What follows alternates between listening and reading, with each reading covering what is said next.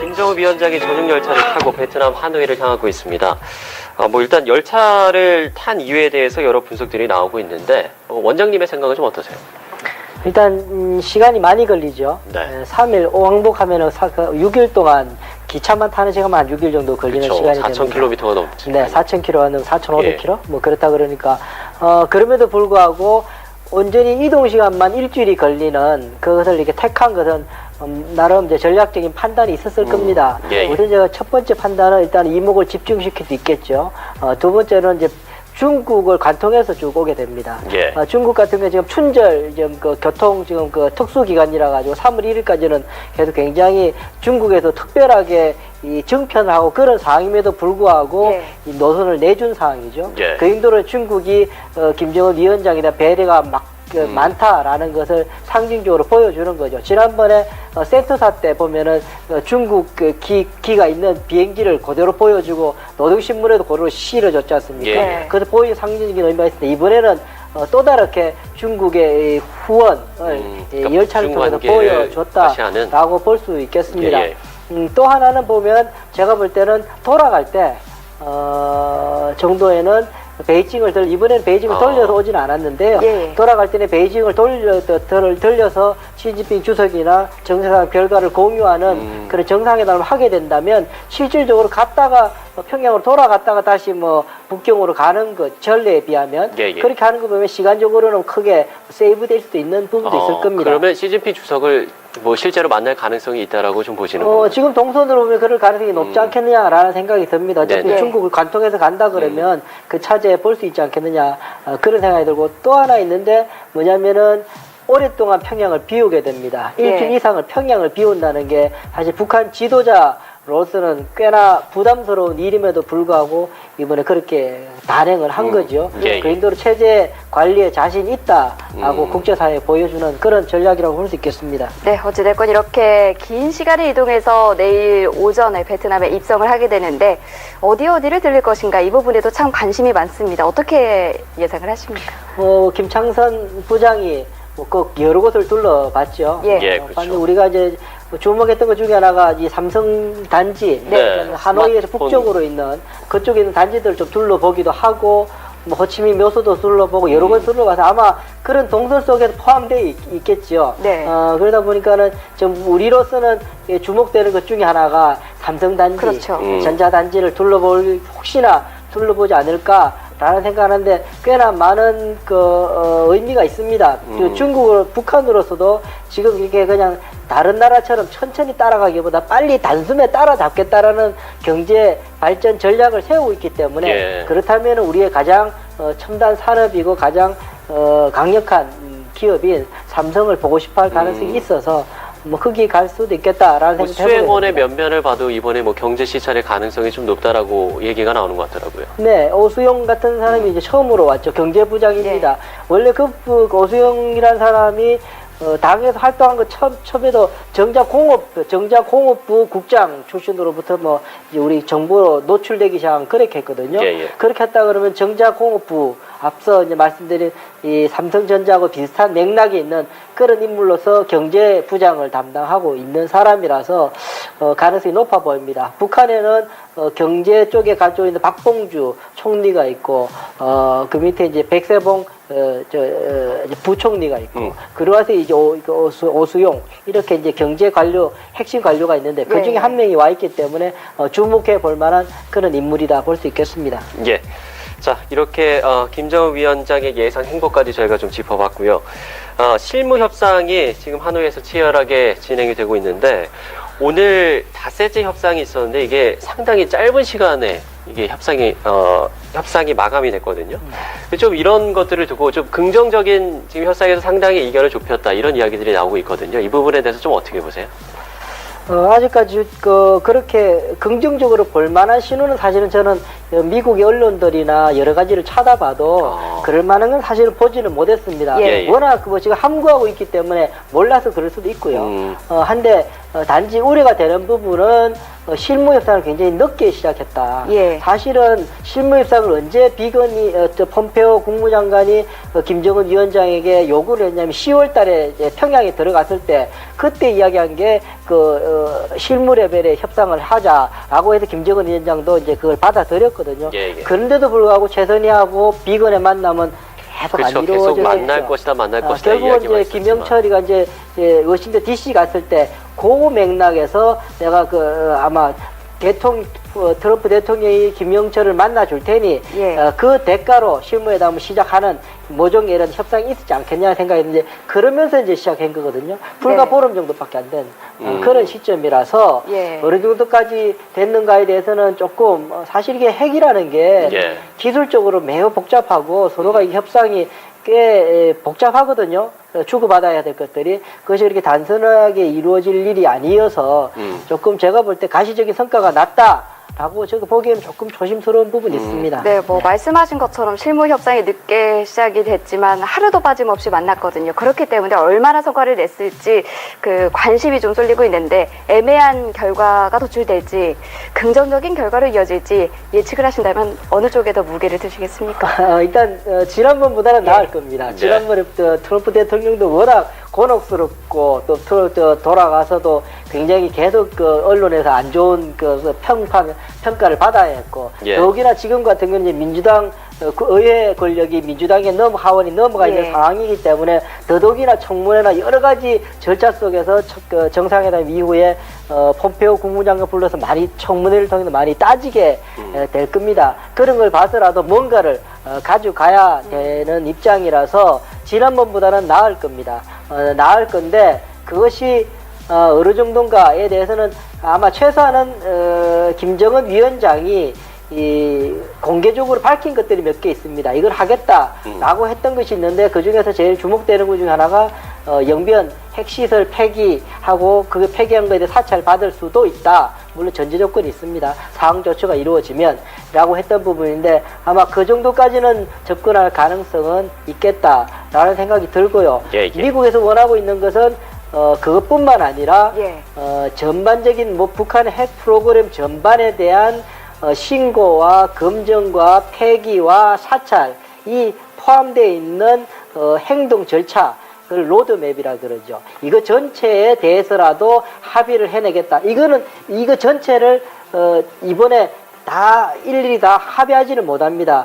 못하고 그거를 만들겠다라는 합의라도 나오는 것이 미국에서는 지금 전략적으로 최대치로 생각하고 있는 것 아닌가라는 생각은 듭니다. 그까지 가기가 쉽지 않은데요. 그거까지 간다면 일단 긍정적으로 볼 수도 있겠다라는 생각을 합니다. 예, 알겠습니다. 자, 이제 트럼프 대통령과 김정은 위원장이 언제 처음 만날 것인가 이 부분에 이제 당연히 관심이 갈 수밖에 없는데 지금 일단 전해지는 걸로는 모레죠. 27일에 만찬으로 이제 만날 것이다. 만찬으로 시작할 것이다. 이런 내용들이 좀 전해지고 있거든요. 이게 상당히 좀 이례적인 거 아닙니까? 이례적이죠. 지난번에 이제 센터사에서 만났을 경우에는 그 당일날 한번 오전에 만나고 업무 오찬이라고 해서 만나고 서명하고 흩어졌거든요. 그게 다였어요. 실질적으로 만나고 회담한 시간은 2시간 남짓한 그런 시간이었고 했었는데 이번 같은 이제 저녁 만찬을 27일날, 26일날 내일 이제 저녁 때 되면은 다 하노이에 두 정상이 도착을 하게 되고 그 다음날 되게 되면 어쨌든 이제 베트남 주석과의 정상회담을 트럼프 대통령이 해야 될 겁니다. 그런 시간하면 오후 시간이 남아있고 저녁 시간이 남아있는 상황인데 준비도 해야 될 테고 그 다음에 남아있는 시간이 이제 만찬을 통해서 서로 워밍업 세션이라고 그럴까요? 분위기를 풀고 할 가능성은 있지 않겠느냐라는 생각이 들어서 그렇게 간다면 분위기가 일단은 사람 만남이거든요. 국가의 일인데 특히 사실 국가의 일이라고 국가가 하는 게 아니라 사람이 하거든요. 그래서 사람의 만남이라는 게 대단히 중요해서 어느 정도까지 또 실제로 식사를 하면서 마음이 많이 풀어지기 때문에 좋은 결과가 나오기를 저도 지금 바랍니다. 그 말씀을 해주셨는데 생각을 좀 해보면 만찬으로 시작을 한다는 것 자체가 이미 좀 어느 정도 이야기가 잘 됐다. 이렇게도 좀 생각을 해볼 수 있지 않을까요? 아니요. 그러니까는 이럴 겁니다. 그러니까 저는 제가 볼 때는 많이 만나면은 많이 만나는 만큼 저는 서로 간에 합의될 부분들이 더 많아지겠다라는 생각이 들어요. 네. 지난번에 그때 딸랑 1시간 반 만나서 끝내버렸거든요. 더 이상 합의할 게 없다라는 이야기. 예. 그러니까 그냥 만나서 서로 나쁘키지 말고 서명하고 끝내자 이랬던 네. 거거든요. 그날 새벽까지 그 폼페오하고 다 그 김영철하고 그 실무 협상을 했는데도 그쵸. 결국 안 나왔었잖아요. 네. 그렇다면 이번에 이제 두 정상이 많이 만나고 뭐 낮불키더라도 오후에라도 아니면 만찬 이후에라도 뭐 그 더 여지가 있어서 더 좁힐 여지가 있어서 만나게 된다면 저는 오히려 지금 저는 조금 회의적이긴 한데요. 예. 조금 더 좋은 결과 네. 좋은 결과라는 건 대한민국의 안보에 더 유리한 결과라는 거겠죠. 그것도 올 수 있지 않겠느냐라는 생각을 해보게 됩니다. 네, 그러면 내일 뭐 만찬장에서 만나게 되고 하이라이트인 정상회담 같은 경우는 싱가포르 때처럼 28일 딱 하루 만에 집중이 될 그런 가능성도 좀 있다고 볼 수가 있을까요? 오전에 한번 하겠죠. 예. 하고 나서 뭐 오찬이 있든지 실무 오찬을 하든지 또 할 수도 있을 것 같고요. 뭐 가능하다면 오후에도 한 번 더 만날 수도 있을 것 같고요. 아직까지 여지는 있습니다. 여지가 있는데 과연 어느 정도 서로가 그러면 한 번 더 만나서 나도 더 생각해 볼 테니 한 번 더 만나서 이야기해보자 라고 할 수 있을 만큼의 희망이 있는지 아니면 더 이상은 안 되겠다 이 정도 해서 뭐 다음을 기약합시다 라고 마칠지는 조금 더 두고 봐야 될 그런 상황입니다. 네, 일단 뭐 트럼프 대통령은 내일 밤에 도착할 예정이고요. 이에 앞서서 폼페이오 국무장관은 오늘 도착을 할 예정인데 여기에도 좀 특별한 의미를 부여해 볼 수 있는 건가요? 비건은 벌써 갑자기 사실은 원래 이제 부차관보 웡이란 이제 부차관보가 먼저 가서 협상을 했고 그러고 이틀 후에 또 비건이 들어가서 협상을 했고 또 이제 오늘 이제 폼페오가 들어가서 협상을 하게 되는 3단계로 미국은 지금 이렇게 파견을 해서 계속 하고 있는 거예요. 가장 낮은 단계에서부터 그런대로 미국은 아주 그야말로 바텀업 밑에서부터 차근차근 따져서 정상회담에 테이블에 뭔가를 올려놓고 싶어하는 그런 열심히 보이는 그런 대목입니다. 예. 북한이 어떨지는 사실 아직까지 잘 나와 있지 않아서 조금 더 두고 봐야 될 부분입니다. 예, 네. 폼페이오 장관의 이야기를 했으니까요. 폼페이오 장관이 성과가 기대치에 미치지 못할 가능성을 배제 않는 이런 좀 발언들을 했거든요. 이 발언의 의미는 좀 어떻게 보면 될까요? 조심스럽죠. 폼페오 국무장관 같은 경우에는 사실 지난번 에도 가서 이렇게 곤혹을 치르기도 했고 사실 지난번에 센토사 정상회담 때 워낙 높은 수준의 기대를 전 세계를 뜨게 만들어서 뭐 혹자는 그랬지 않습니까? 이번에 과거 핵 문제도 다 신고하게 되고 최소한 핵탄두 몇 개는 뭐 반출해서 해체할 거다 막 이런 이야기까지 있을 정도였으니까 전 세계가 들떠 있었는데 그거에 비해서는 워낙 낮은 수준이다 보니까는 주무장관으로서 대단히 또 본인도 곤혹스러웠을 거니까 일단은 지금 어떤 뭔가를 미래를 뭔가를 지금 얘기해 주는 것 같지는 않고 매우 조심해서 지금 이야기하고 있는 부분이다라고 일단 저도 보고 있습니다. 네, 뭐 회담을 코앞에 두고 왜 이런 발언을 했는지 해석이 분분한데 이런 가운데 청와대가 북한과 미국이 종전 선언에 합의할 가능성이 있다 이 같은 언급을 했는데 이것도 어떻게 해석을 해볼 수가 있을까요? 뭐 대통령께서 말씀하셨기 때문에 보다 더 이 민간인이 접할 수 없는 이 청와대라는 것은 저도 있어봤지만 독점적으로 외교안보에 관한 정보들이 다 그쪽에 모이기 때문에 아마 제가 민간인이 모르는 정보가 있을 수 있을까 해서 조금 조심스럽기는 합니다만 제가 맥락상 파악해 보면 종전선언을 합의해 주기는 어렵지 않겠느냐 미국이 그런 생각이 듭니다. 일단 미국이 지금 주려고 하려는 거를 연락사무소 개설 정도는 해주려고 그러고요. 하는 것 같은데 종전선언 같은 경우는 제가 볼 때 종전선언과 관계돼서는 로드맵이 만들어지면 종전선언을 할 수 있다라는 종전선언을 위한 종선언 정도까지는 갈 수 있을 것 같다는 생각이 듭니다. 그런가 하면 오늘 문재인 대통령이 수석 보좌관 회의에서 신한반도 체제라는 이 키워드를 제시를 했습니다. 그러니까 북한의 경제가 개방이 된다면 우리가 주도권을 잃지 말아야 한다라고 이야기를 했는데 글쎄요. 지금 북한 경제 개발에 대해서 뭐 다른 국가들의 어떤 뭐 선제적인 좀 움직임이 있다고 봐야 할까요? 지금 그렇지는 않죠.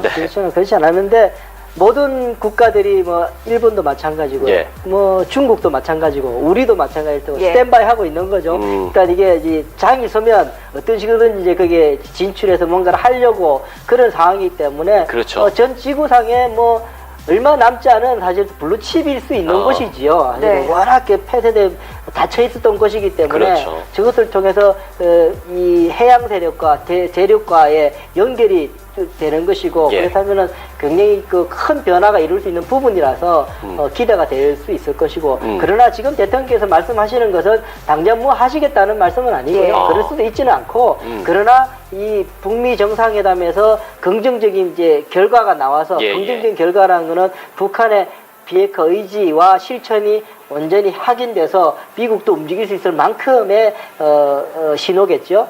그 정도 된다고 그렇다면 한국도 뭐 그러면 이제 중국이든 일본이든 빗장이 풀리게 될 수 있으니까 네. 그렇다면은 우리가 주도적으로 나서야 되는 거 당연하죠. 그래야지 우리가 정말 우리가 헌법에 명시되어 있는 통일, 평화 통일을 이끌기 위해서라도 대통령께서 반드시 하셔야 될 그런 일인데 전략적으로 볼 때는 우선 북한으로 하여금 네. 이러한 미래에 대한 청사진을 지난번에는 이제 청사진을 베트남에 대한 번영에 대한 청사진을 우리 대통령 수차례 말씀해 주셨는데 예. 이번 같은 경우에는 이런 한반도 구상이라는 걸 통해 가지고 한반도 체제라는 걸 통해 가지고 새롭게 북한으로 하여금 아주 미래에 대한 청사진을 미리 보여줘서 결단을 아직도 머뭇거리고 있다면 결단을 하게끔 하는 그 전략 아닌가 그는 저는 그렇게 해석하고 있습니다. 여러 가지 기대 속에 짧은 기간이었지만 집중적으로 논의가 이루어졌는데 어떤 결과로 나아갈지 집중해서 그 과정을 좀 살펴보겠습니다. 그렇습니다. 오늘 말씀 여기서 정리하겠습니다. 고맙습니다. 고맙습니다. 고맙습니다.